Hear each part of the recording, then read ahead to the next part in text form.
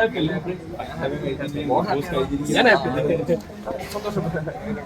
നമ്മളിപ്പോ എല്ലാവരും ഇപ്പൊ ഉണ്ടായിരുന്നു. ഒരുപാട് സമയം സ്പെൻഡ് ചെയ്ത് എല്ലാവരുമായിട്ട് അങ്ങോട്ടും ഇങ്ങോട്ടൊക്കെ ഒരുപാട്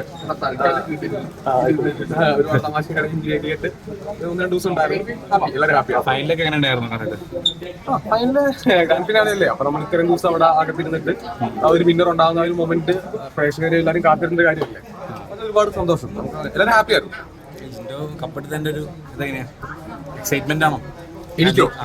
ഞാൻ എക്സൈറ്റ് ആവുന്നത് വേറെ കപ്പെടുക്കുമ്പോ എനിക്ക് എങ്ങനെ എക്സൈറ്റ്മെന്റ് ഉണ്ടാവും? അങ്ങനെ എനിക്ക് എക്സൈറ്റ്മെന്റ് പ്രതീക്ഷയായിരുന്നോ കപ്പെടുക്കും എന്നുള്ളതാണ്. ഞാൻ ഇവിടെ നിന്ന് ഇറങ്ങി കഴിയുമ്പോഴത്തേക്ക് നമ്മള് പുറത്തോട്ട് ഇറങ്ങിയല്ലോ.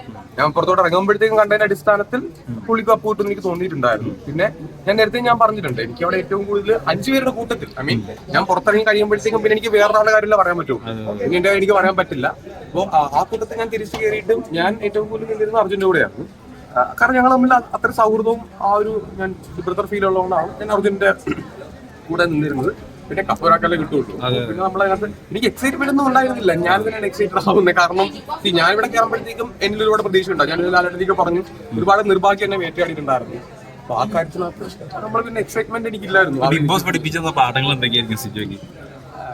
പാഠം പഠിപ്പിക്കുന്നത് എനിക്ക് ഇത്ര ക്ഷമയുണ്ടെന്ന് എനിക്ക് അറിയത്തുണ്ടായിരുന്നില്ല. ഞാൻ ആദ്യമായിട്ടാണ് ഇത്ര ക്ഷമയുണ്ടെന്ന് ഞാൻ തിരിച്ചറിയുന്ന മൊമെന്റ് ഇതാണ്. പിന്നെ ഞാൻ എപ്പോഴും ഒരു പ്ലാറ്റ്ഫോമിൽ വാല്യൂ കൊടുക്കുന്നതാണ്. ആ ഒരു രീതിയിൽ പ്ലാറ്റ്ഫോമിൽ വാല്യൂ കൊടുക്കുമ്പോഴത്തേക്കും നമ്മൾ ആ സമയത്ത് അവിടെ പാലിക്കേണ്ട കുറെ മര്യാദകളുണ്ട്. ആ മര്യാദകളാണ് ഞാൻ പാലിച്ചിട്ടുള്ളത്. അത് ഇവിടുന്ന് പഠിച്ചൊരു കാര്യമാണ്. ആ ഒരു പ്ലാറ്റ്ഫോമിലേക്ക് എത്തുമ്പോൾ ആ പ്ലാറ്റ്ഫോമിൽ കൊടുക്കേണ്ട മൂല്യം എന്താണെന്നുള്ളത്.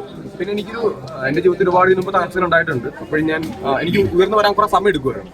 പക്ഷെ ഇപ്പൊ എനിക്ക് മനസ്സിലായി അങ്ങനെയല്ല, എന്തുണ്ടെങ്കിലും അത് വളരെ ഈസി ആയിട്ട് നമുക്ക് എല്ലാവർക്കും ഓവർകം ചെയ്ത് വരാൻ പറ്റുമെന്ന് എനിക്ക് ഈ പ്ലാറ്റ്ഫോമിനെ പഠിപ്പിച്ചു.